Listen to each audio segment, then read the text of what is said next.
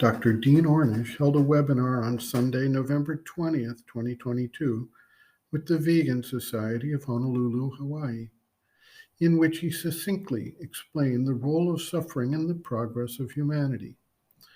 For those who do not know about his work, Dr. Ornish has spent decades studying the impact of diet and lifestyle on human wellness and has conducted peer-reviewed studies with literally thousands of patients with various forms of advanced heart disease, diabetes, cancer, etc. His findings showed that with a switch to a vegetarian, or better still, a vegan diet, focusing on low fat and low refined sugars and carbohydrates, combined with exercise, stress reduction techniques such as meditation, and opening the heart through relationships, intimacy, and positive goodwill, these diseases not only could be arrested from further development, but could actually show substantial reversal. He pointed out that getting compliance with a new routine is generally quite difficult, but that his program has very high compliance rates.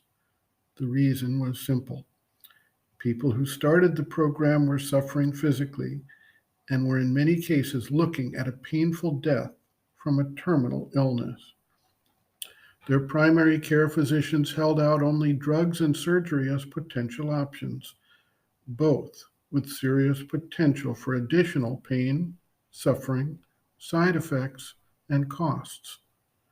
Once they started on the Ornish program, they started seeing positive results virtually immediately, within a few weeks, and this made it clear to them that the future for them was held in these simple, low-tech solutions.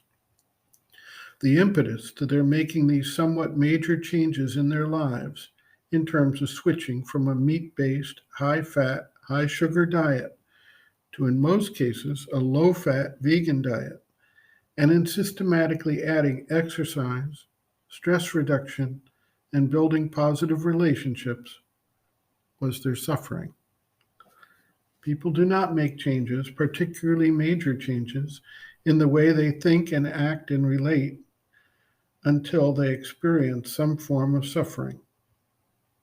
It may be physical in the form of injury or disease. It may be vital and emotional in terms of closed off feelings, loneliness, anger reactions, and the resultant effects of hypertension, high blood pressure, stroke, and heart attacks. Or it may be mental as they feel depressed, isolated, and confused.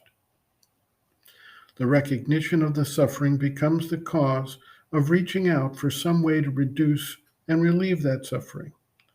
For many, of course, they try to cover up the pain by self-medicating with alcohol or recreational drugs, or they create a false front of artificial happiness through external, though superficial, relationships, entertainments, diversions, etc.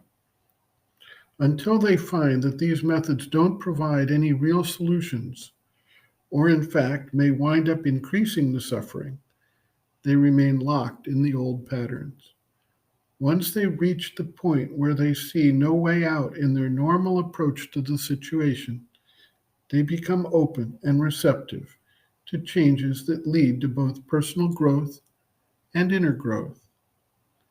We can see that it is pain, suffering, difficulties, and obstacles that lead to progress as the being actively seeks for solutions that are not a priority when things are going well and they are enjoying their lives. Sri Aurobindo notes in Savitri, a legend and a symbol, pain is the hammer of the gods to break a dead resistance in the mortal's heart. A disciple asks, what part has sorrow played in the evolution of humanity? The mother answers, quote, sorrow, desire, suffering, ambition, and every other similar reaction in the feelings and sensations have all contributed to make consciousness emerge from the inconscience and to awaken this consciousness to the will for progress. End quote. Reference, Sri Aurobindo and the Mother, Growing Within, The Psychology of Inner Development, Chapter 1, Emergence from Unconsciousness, page 9.